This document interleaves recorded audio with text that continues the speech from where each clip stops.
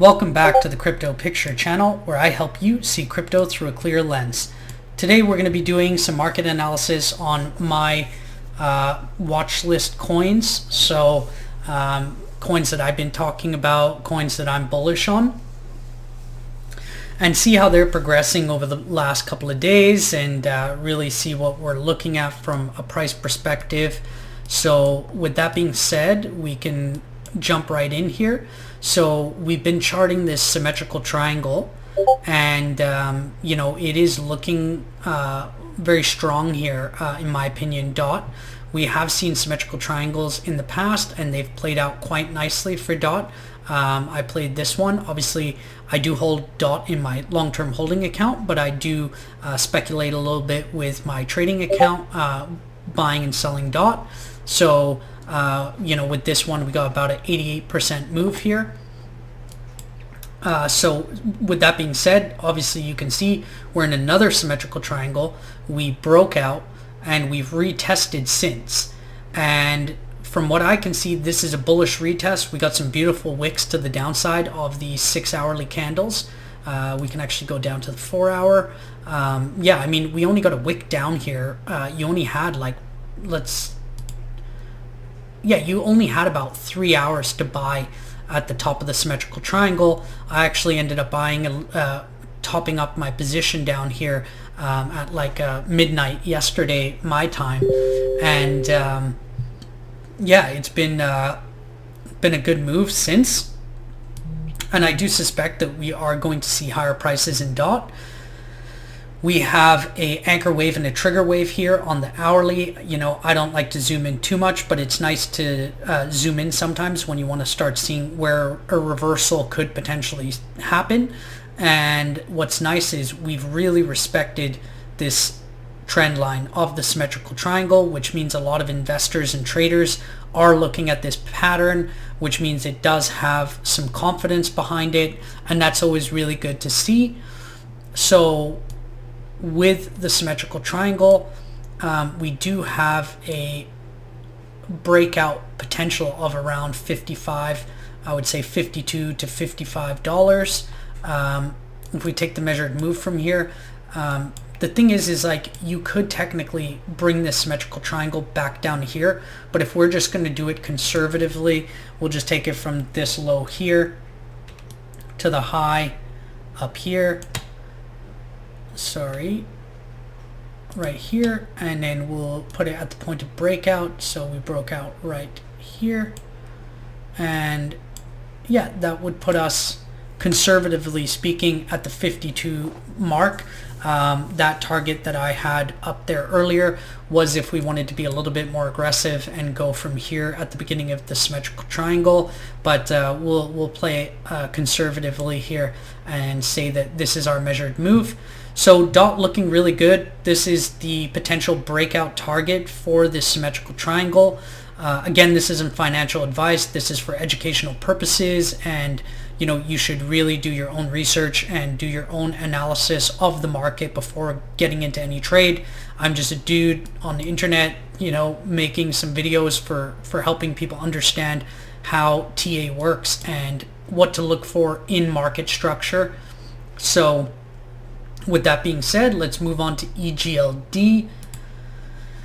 EGLD is looking decent here. I do like this from a bottoming perspective. We are seeing here, give me a second.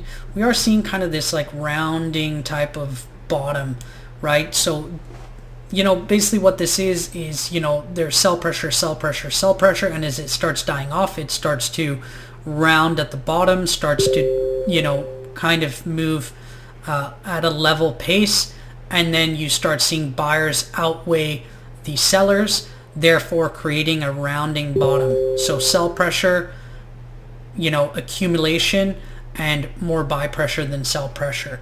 So it's looking pretty good here.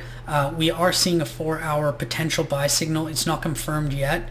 It will be confirmed in I believe 30 minutes or so. So we'll have to see how that progresses. But we did hold this support line pretty well, which is, if we were to drag out this ascending triangle that we broke out of,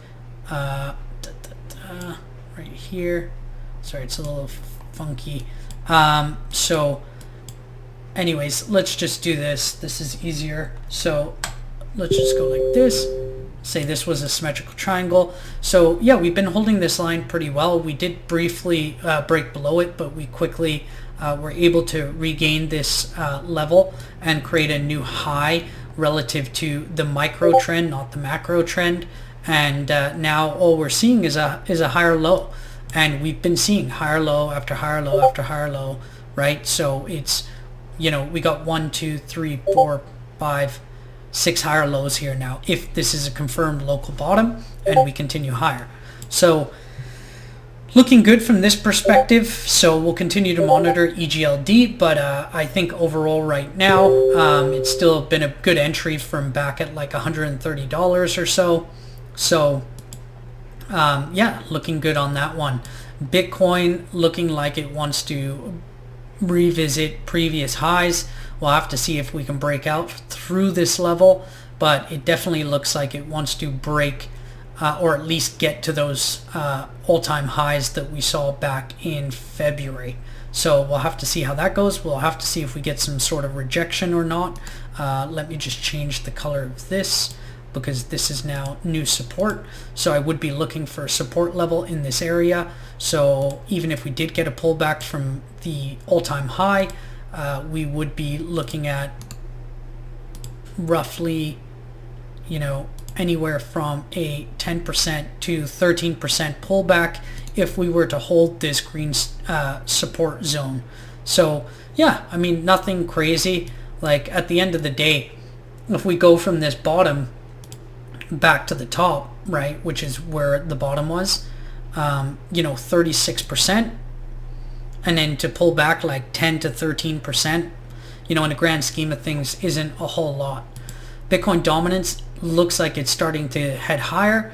Again, I'm holding all of my altcoins until we see a weekly closure above this trend line, this downtrending resistance line for the Bitcoin dominance. I will continue to hold alts. If we do close a weekly above this, or probably I'll even wait for the second weekly candle after that close just to see what happens. I would look to get out of some of my weaker altcoins versus the Bitcoin comparative and cycle back into Bitcoin if this starts to break higher. Ethereum looking really good here, holding this green support zone, kind of, you know, creating this little bull flag of sorts. So we'll have to see how that goes. We have the inverse head and shoulders target of roughly 2060, which is a new all-time high. And then we also have a targeted move of 2245, which would be brand new all-time highs for Ethereum based on this bull flag. And we got the target from this bull flag by going from the low of the pole, this would be considered the pole, up to the wick here, or sorry, the highest point on the bull flag, and then we would just put it at the breakout level. So that's how I got this target here. Now if we break out here, you would simply just move this over here, and then your overall target for maximum target exposure would be higher than what it is from down here. Not by much, but we're just going to leave it down there. I'm not sure when it's going to break out. We are getting a 4-hour buy signal on Market Cipher, which does work out quite well usually for Ethereum once it starts trending higher. So we'll have to see how that progresses. Cardano just consolidating. You know, we went up like, you know, Cardano went up so fast, right? Like we're talking like probably like a 10x almost. Well, a 10x in, you know, 90 days, right? Like that's pretty impressive. I know a lot of the guys in my Telegram group and a lot of my acquaintances, you know, we were buying Cardano between 8 and 12 cents. I did buy some back in the bear market low at around like 4 cents, 5 cents or so. But yeah, looking pretty good. So we'll have to see how that progresses. But I expect some consolidation here. I don't think it can, yeah, you know, we can always go lower. I'm not saying that we can't. I'm just expecting something similar to EGLD here, where I think EGLD is just a little bit farther along, so we could see some additional sell pressure here, but overall I think that we'll start to see some sort of rounding reaccumulation zone. Subjectively speaking, obviously if Bitcoin and Ethereum continue to make new highs, that is what I'm anticipating.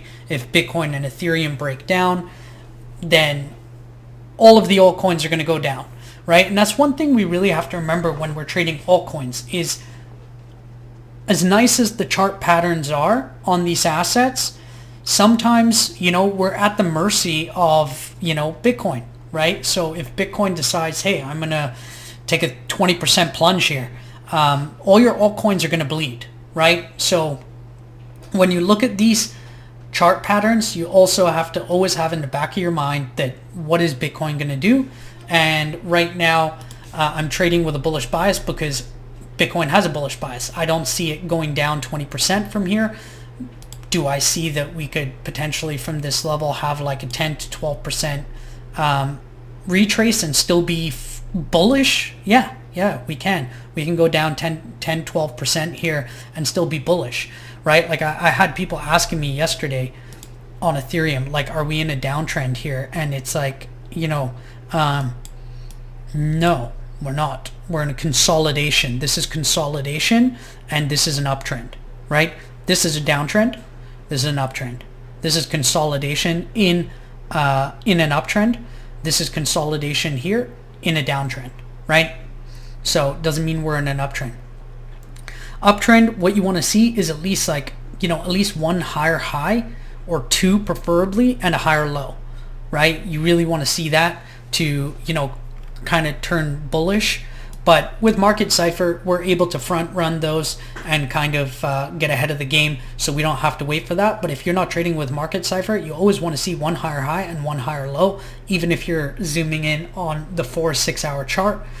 You do know that we're obviously in a macro bull market, so once you start seeing 4 hourly candles being constructive and creating higher highs and higher lows, you can assume that that is a good time to you know, possibly long or, you know, get into a position.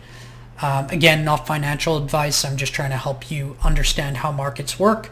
And in an uptrend, once we get a sell-off and then we start doing something like here, right? We didn't have any higher highs or higher lows, right? Then here something changed, right? So once it changes, you can start entering into positions, or, you know, if you're simply just holding and you're just watching the charts, I would say just turn it off and go do something else for the next couple of months and just keep track of the macro trend, okay? Link, very similar to Ethereum. We just haven't seen as parabolic of a run in Link. Like Ethereum has outpaced Link, and Link is a smaller market cap. Actually, yeah, about the same. Yeah, about the same, 30% up from the bottoms. So, but given the fact that Ethereum is, you know, 20x the size of Link's market cap, it's quite impressive looking at Ethereum. But overall, I'm bullish here on Link. I think it looks great. Then we have Polkadot, you know, retesting this support zone again. Yeah, I do believe that, you know, if Ethereum goes and breaks all-time highs over the next week or so, like, this thing is going to go parabolic. And I do like the market structure here. We broke out of this bull flag, but we haven't really seen too much any follow through yet. So we'll have to see what happens. You know, could be a couple weeks, could be a week, could be, you know, these things move fast because it's a small market cap coin. Like, it doesn't take long. Like, look here. We went from $1.06 to, you know, $7.12 in 16 days. So this can change real quick, right? So here we're just in this falling channel. So we'll have to see if we get a retest back to the bottom, or if we're going to go back up and retest. But I would assume if we break this trend line to the downside, you know, we're probably going to break this support zone and probably come back and retest these areas down here. If we break this trend line to the upside, we'll likely go and create hopefully some new highs. So again, if Ethereum and Bitcoin start creating new highs, I would assume that we're going to do the same with Polkadot and these other assets. Sora looking good here. You know, versus Ethereum, this is charted versus Ethereum.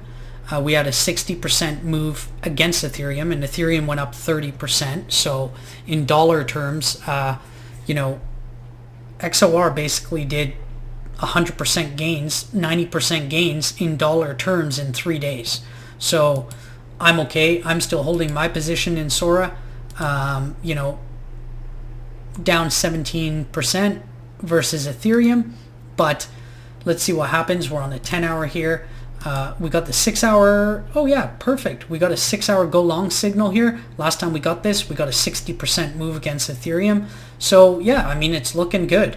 Every time we've had these, you know, since we started uptrending, right? Not in a downtrend. Since we've started trending up, these have been some really strong signals. And we got into XOR in the Telegram group. I was posting XOR at like 0.1 of an Ethereum, and now we're at 0.3. So done pretty well in that instance. So it's, yeah, good job to anybody that got in. And again, the Telegram link is down below in the description if you want to join. And then I'm just going to finish off here with the Dixie, and we're going to take a quick look at one of my most recent posts in my Telegram group. We have the Dixie here, and what we have is it got rejected off of this level I was talking about a few days back. Didn't even make it to the 200-day moving average. I'm not saying that it's going to create you know, new lows. I'm just saying that, you know, we probably have some more time here with bullish price action across all markets. You know, yeah, I feel bad for Americans losing their buying power, but at the end of the day, everybody that's invested into markets with a falling dollar will see their assets go up in value. So for me, you know, I am hoping to see a continuation to the downside, but we'll have to see how that progresses. But for the meantime, yeah, I mean, we are seeing higher highs and higher lows on the short time frame, but we are in a macro downtrend, right? We've been in a downtrend since March 20. So basically peak coronavirus, we've been in a downtrend. So we'll have to see how that progresses. Bondly posted in the group a couple days ago, looking good here. We did get in, I believe, around this level right here, 40 cents or so. Currently up 24% in about, well, maybe it was back here. I think it was here, actually. I know it was around 40 cents. Either way, we're up around 22%. At one point, we were up 36% or so. And yeah, looking good here.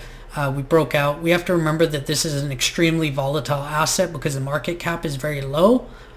So we're going to see swings in and out of this falling wedge type pattern. But for the most part right now, we're seeing a decrease in sell pressure. The anchor waves are moving up, which means there's less and less sell momentum.